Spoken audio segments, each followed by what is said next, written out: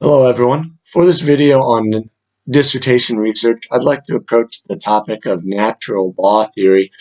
Natural law theory has been a particular interest of mine since it's been stimulated by multiple history courses I've taken over early U.S. history, particularly American Revolutionary time period, and I've seen the idea of natural law theory reemerge constantly in these courses, and it's been widely recognized as a key element in the ideological justification of the American Revolution. And this sparked my interest and got me asking questions about just how fundamental natural law theory is to American government and society. There are several key questions I have about natural law theory. For instance, what influence did it have on the revolution? How foundational is it to American freedoms? Where did it come from? And what are its key elements? In examining some of the research on this in the last 10 years, I found three examples of dissertations focusing on natural law or political theory and relating to natural law. Andrew Charles Forsyth published a dissertation in 2017 titled Common Law and Natural Law, a case study, the changing shape of American legal education from the Puritans to the legal realists, in which he examines the relationship between common law made by men and natural law made by higher power, and how these two concepts have influenced the American legal system. A second example is a dissertation from Carly Nicole Conklin titled The Pursuit of Happiness in Historical Context.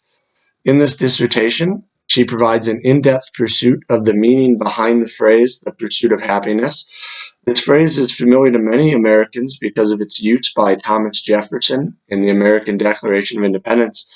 And this dissertation seeks out the origins of this phrase and explains the 18th century context to help better understand what exactly the American founding fathers meant by using the phrase, the pursuit of happiness. A third example of a dissertation is Christopher Charles Burkett's dissertation titled To Secure These Rights, Foreign Policy and the Principles of the American Founding.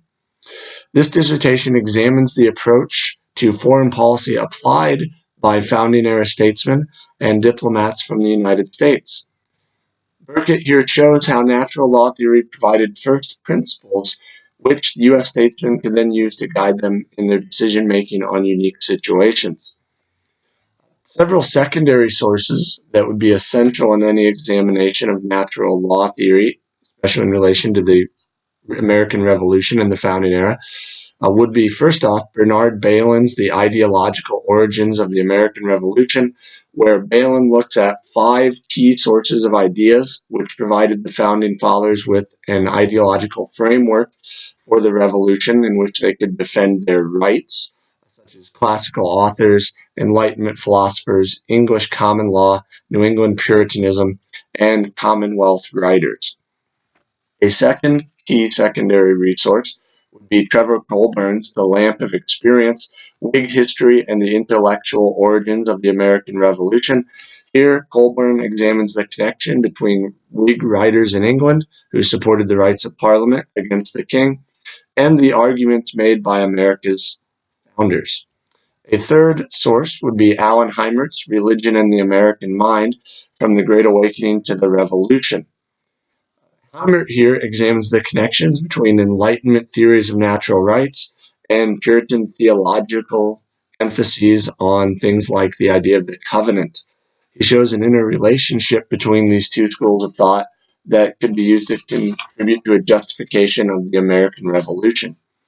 In terms of primary sources, this would have to cover a wide area, all the way going back to classical Greece and Rome, such as Aristotle and the Stoics, Cicero in Rome, jumping into the medieval time period with guys like Thomas Aquinas and his treatise on law as part of the Summa Theologica, certainly Enlightenment theory, John Locke, Thomas Hobbes, various philosophers there, and then a special emphasis on the writings during the American founding, especially the years leading up to, during, and immediately after the American Revolution, writers such as Thomas Paine, John Adams, Thomas Jefferson, maybe even sermons by influential leaders such as John Witherspoon and Jonathan Mayhew.